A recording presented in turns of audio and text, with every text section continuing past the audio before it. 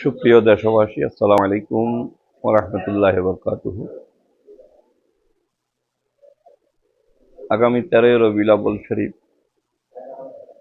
দরবারে বেতাগী আস্তানা শরীফে বেতাগী আঞ্জুমানে রহমানিয়ার ব্যবস্থাপনায় জশ্নে জুলুস ঈদ মিলাদুন নবী সাল্লাল্লাহু আলাইহি ওয়াসাল্লাম উদযাপন উপলক্ষে দরবারে বেতাগী আস্তানা শরীফের প্রতিষ্ঠাতা প্রাণপুরুষ গৌসুজ্জামান আল্লামা হাফেজ বদরুর রহমান রহমতুল্লাহ আলাইহি কর্তৃক প্রতিষ্ঠিত জশ্নে ঈদ মিলাদুন নবী সাল্লাল্লাহু আলাইহি ওয়াসাল্লাম 114তম মাহফিল অনুষ্ঠিত হবে।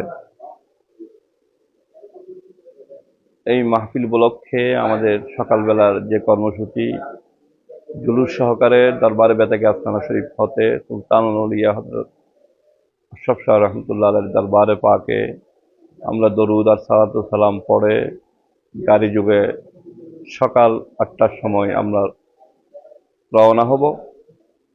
এলাকার সর্বস্তরের সুন্নি মুসলমানদেরকে, তরিকতপন্থী ভাইদেরকে উদাত্ত আহ্বান জানাচ্ছি দরবারে বেতাগী আস্তানা শরীফের এই জুলুসে যোগদান করে রসুল পাক সাল্লাল্লাহু আলাইহি ওয়াসাল্লামের রিজাবন্দি হাসিল করার জন্য। সাথে সাথে পৃথিবীর বিখ্যাত জশ্নে জুলুস ঈদে মিলাদুন নবী সাল্লাল্লাহু আলাইহি ওয়াসাল্লাম মদিনাতুল আউলিয়া চট্টগ্রামে অনুষ্ঠিত হবে আঞ্জুমানে রহমানিয়া আহমদিয়া সুন্নিয়ার ব্যবস্থাপনায়